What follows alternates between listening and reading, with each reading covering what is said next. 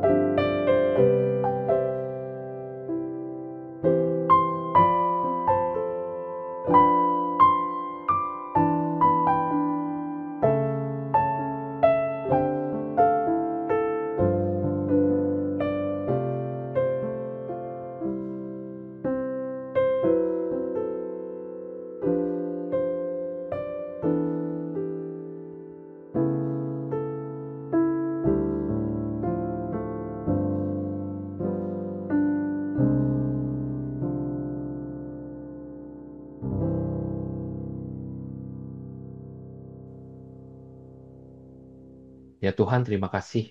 Sekali lagi malam ini kami diizinkan untuk datang, mendengar suara Tuhan, merenungkan bagian-bagian yang berbicara secara langsung kepada kami, dan menikmati waktu diam bersama dengan Kau.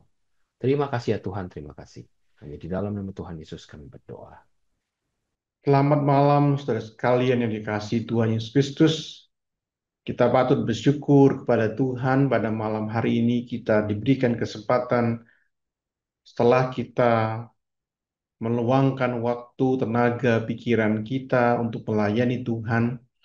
Kita diberikan kesempatan untuk teduh, tenang, dan belajar firman Tuhan bersama-sama. Sebelum kita membaca firman Tuhan, mari kita masuk di dalam doa. Bapa di surga, di malam hari ini, kami mau menenangkan hati kami untuk duduk sebagai seorang murid untuk belajar firman Tuhan. Kami rindu Engkau berbicara kepada kami, memberikan kami air yang menghidupkan jiwa kami, dan roti yang mengenyangkan rohani kami. Berdoa untuk hamba-Mu yang penuh dengan kelemahan ini, kiranya Tuhan memampukan kami untuk boleh belajar firman Tuhan bersama-sama, dan akhirnya boleh diubahkan oleh kebenaran dan kuasa firman Tuhan untuk menjadi semakin serupa dengan Kristus. Terima kasih Tuhan, di dalam nama Tuhan Yesus kami sudah berdoa. Amin. Renungan malam hari ini saya berikan tema menjadi dewasa rohani itu pilihan. Yang saya ambil dari Injil Lukas pasal yang pertama ayat 5 sampai 13 dan ayat 18 sampai 20. Injil Lukas pasal yang pertama ayat 5 sampai 13 sampai dengan ayat 18 sampai 20.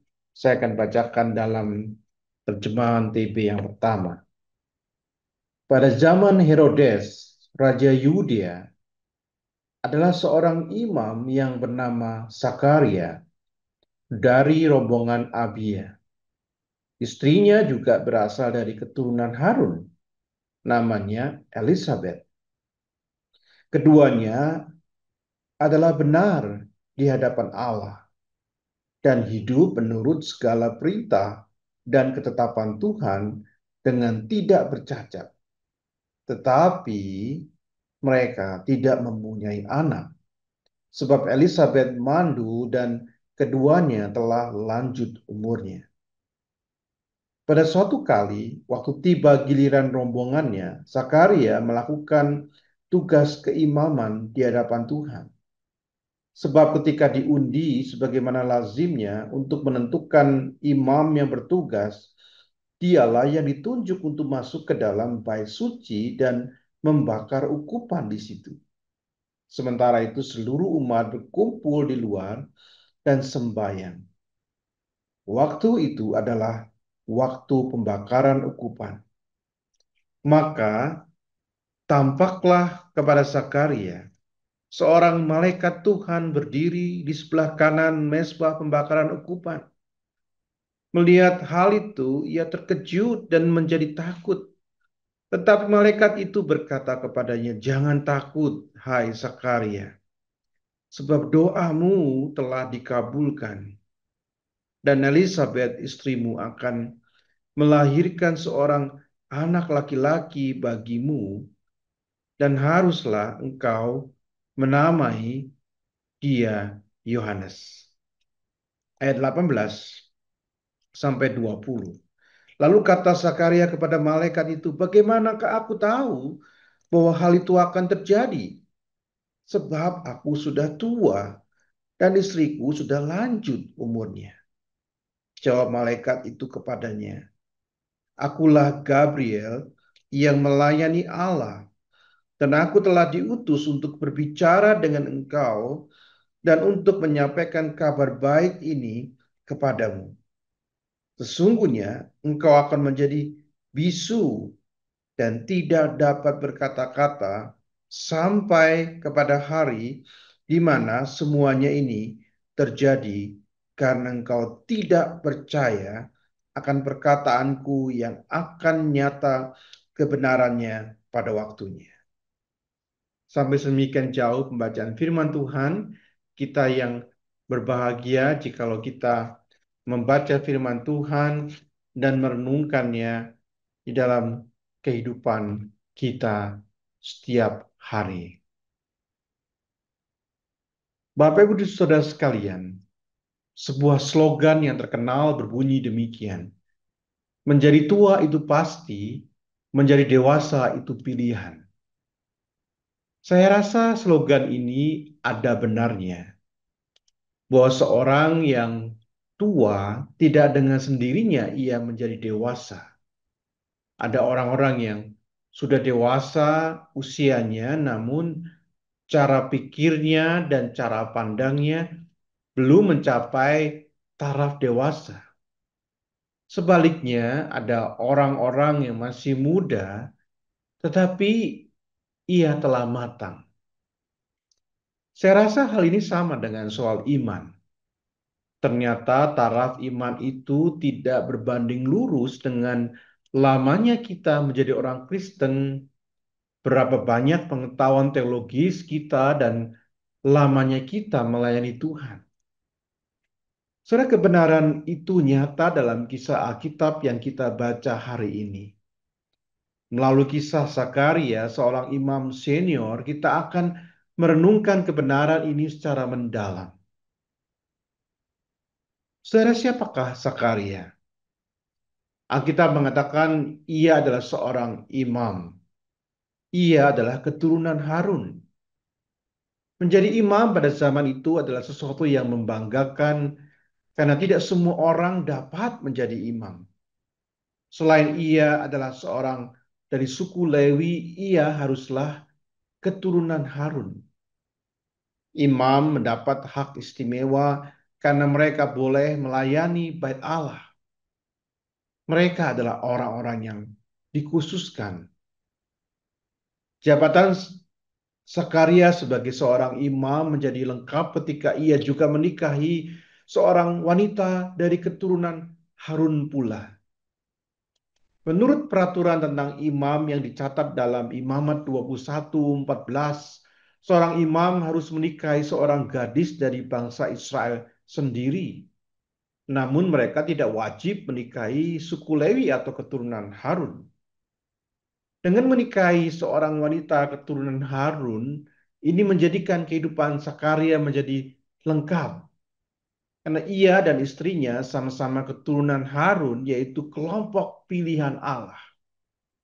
Tidak hanya keduanya adalah keturunan Harun, Alkitab mencatat Zakaria dan Elizabeth adalah benar di hadapan Allah dan hidup menurut segala perintah dan ketetapan Allah dengan tidak bercacat.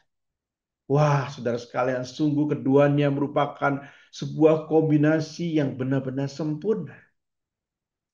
Namun kisah ini tidak berhenti sampai di situ. Lukas 1 ayat 7 memberikan kata penghubung tetapi. Tetapi apa? Tetapi mereka tidak mempunyai anak dan mereka sudah lanjut usia. Pada zaman itu tidak memiliki anak adalah sesuatu yang memalukan. Pada masa itu suami istri yang tidak memiliki anak dianggap mendapatkan hukuman dari Tuhan. Tetapi meskipun demikian yang luar biasa adalah mereka tidak meninggalkan Tuhan. Mereka tetap menuntut hidup kudus dan menaati firman Tuhan sampai mereka lanjut usia. Dan Zakaria tetap setia melayani Tuhan di bait Allah. Serentah mimpi apa kemarin malam sehingga Zakaria hari itu mendapat undian untuk membakar ukupan. Setiap hari pada pagi hari dan saat senja ada seorang imam yang harus masuk ke dalam ruang kudus untuk membakar ukupan. Setiap imam hanya boleh satu kali paling banyak seumur hidupnya membakar dupa di ruang kudus.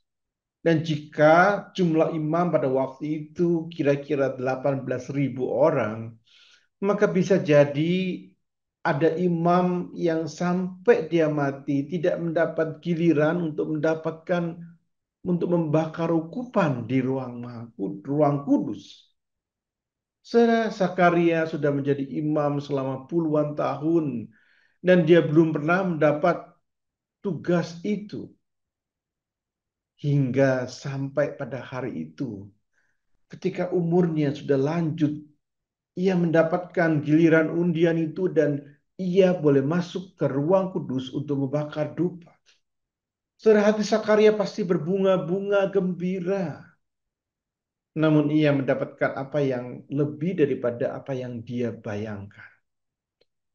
Ketika dia membakar ukupan itu, ada sebuah peristiwa besar yang terjadi di dalam hidupnya. Tiba-tiba, malaikat Gabriel menjumpainya. Saudara, penampakan ini membuat Zakaria sangat terkejut dan sangat takut. Tetapi malaikat Gabriel berkata kepadanya, "Jangan takut, hai Zakaria, sebab doamu dikabulkan dan Elizabeth istrimu akan melahirkan seorang anak laki-laki bagimu dan haruslah engkau menamai dia Yohanes."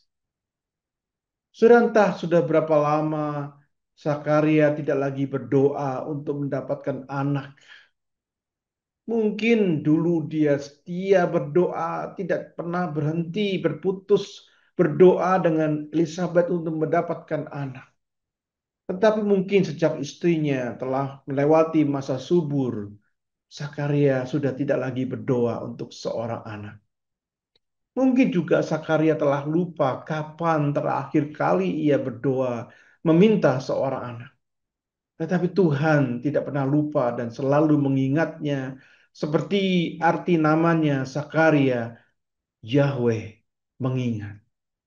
Tuhan tidak pernah melupakan permohonan doa yang diucapkan anak-anaknya. Saudara sekalian yang dikasihi Tuhan, pemberitahuan Gabriel itu tentu saja mengagetkan Zakaria sehingga ia berkata, "Bagaimana aku bisa tahu bahwa hal ini akan terjadi? Sebab aku sudah tua dan istriku sudah lanjut umurnya." Serupanya Zakaria meminta sebuah tanda. Zakaria meminta tanda karena ia tidak percaya. Meskipun ia telah mengalami sebuah penampakan yang sangat ajaib, yaitu malaikat Tuhan menampakkan diri kepadanya. Setelah sekian ratus tahun Tuhan membisu dan tidak berbicara melalui malaikat atau nabi-nabinya kepada umat Tuhan. Secara akhirnya permohonan Zakaria untuk meminta tanda itu dikabulkan. Namun tanda itu sekaligus merupakan hukuman atas diri Zakaria seperti kata malaikat Gabriel. Sesungguhnya engkau akan menjadi bisu dan tidak dapat berkata-kata sampai kepada hari di mana semuanya ini terjadi karena engkau tidak percaya akan perkataanku yang akan nyata kebenarannya pada waktunya. Saudara sekalian yang dikasihi Tuhan Yesus Kristus, sikap tidak percaya Zakaria ini sangat berbeda dengan Maria yang kita bisa baca ceritanya dalam pasal yang sama. Ketika Maria dijumpai Tuhan yang juga oleh malaikat Gabriel dan diberitahu bahwa ia akan mengandung oleh Roh Kudus dan memiliki seorang putra, Maria percaya dan taat. Sedangkan Zakaria tidak percaya. Padahal secara manusia, Zakaria memiliki kualitas yang jauh lebih daripada Maria. Zakaria adalah seorang pria yang dianggap lebih terhormat dibanding seorang wanita pada zaman itu.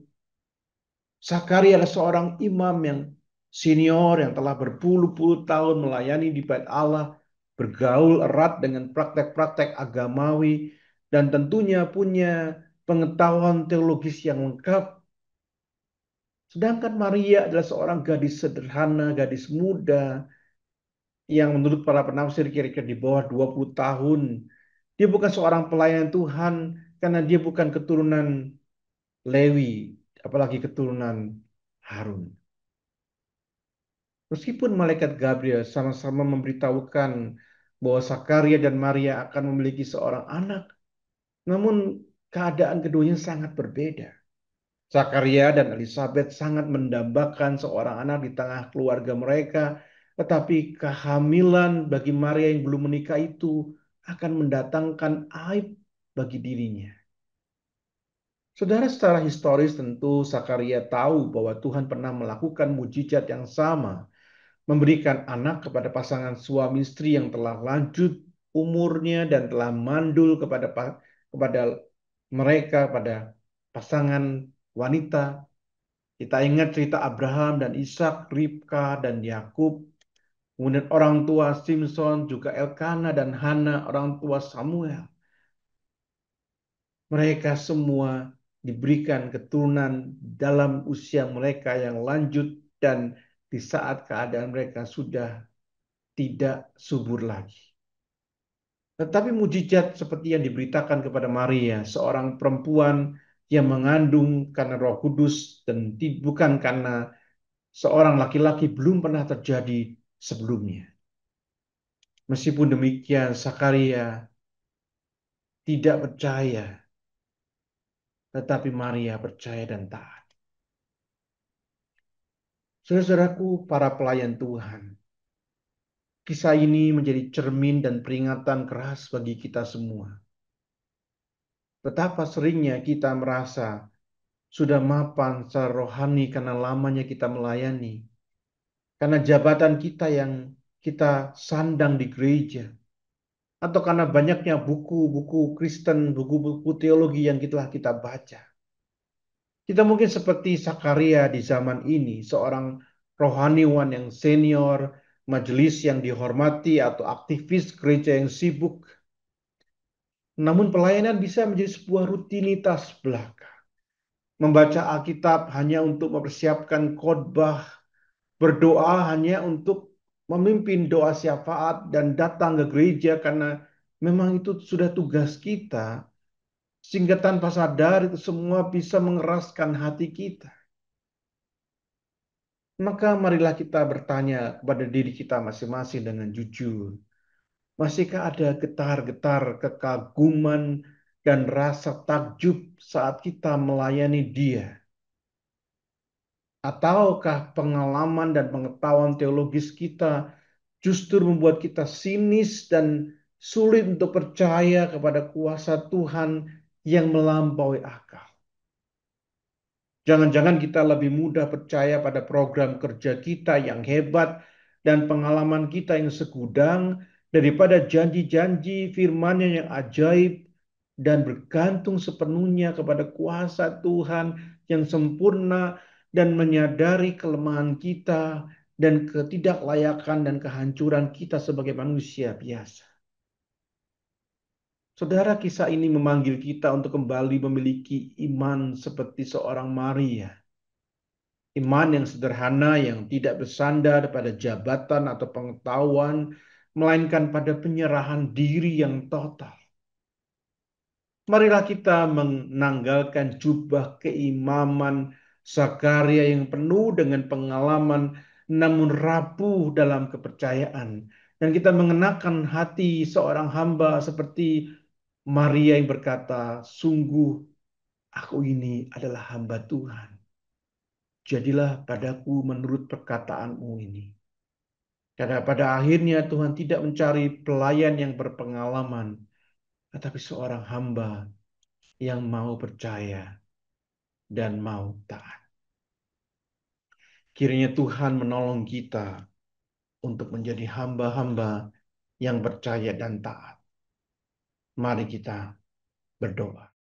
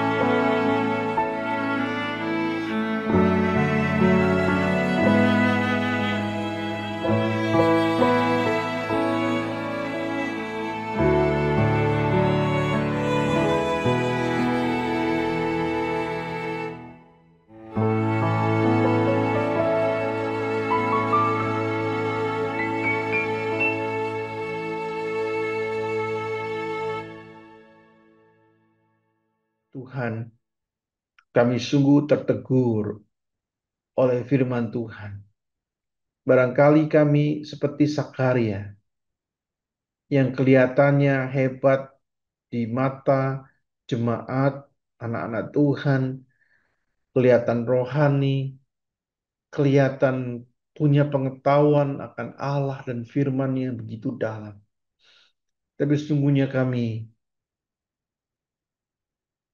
seringkali meragukan apakah Tuhan masih bekerja seperti dalam kisah-kisah yang kami baca. Kami seringkali mengotak-kotakkan Tuhan dalam pemikiran manusiawi kami dan rasionalitas kami. Dan kami bahkan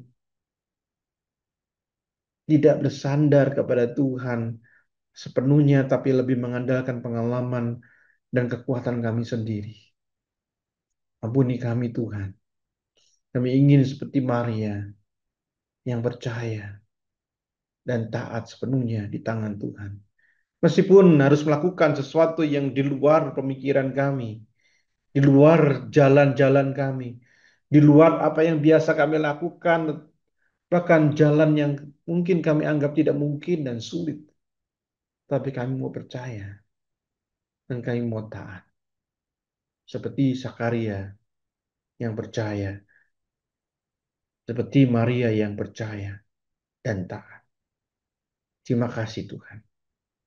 Di dalam nama Tuhan Yesus kami sudah berdoa. Amin. Bapak Ibu, pelayanan Oase adalah pelayanan mingguan. Silakan mengikuti Oase melalui YouTube. Bapak Ibu bisa subscribe YouTube channel SMC untuk mendapatkan reminder setiap minggu malam. Demikian pelayanan Oase pada malam ini. Mari kita mengenal Allah lebih dekat hari ini dibandingkan hari kemarin. Tuhan Yesus memberkati. The Lord bless you and keep you. Make His face shine upon you and be gracious to you. The Lord turn His face toward you and give you peace.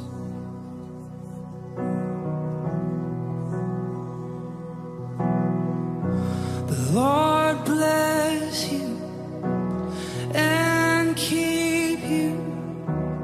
Make His face shine upon you and be gracious to you. The Lord turn His face toward you and give you peace.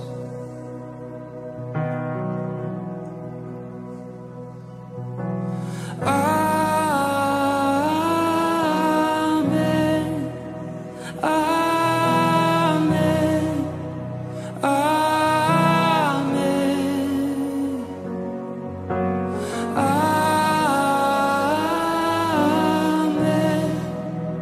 Amen. Amen. The Lord bless you and keep you. Make His face shine upon you and be gracious to you. The Lord turn His face toward you and give you peace. As we receive, we agree. Amen.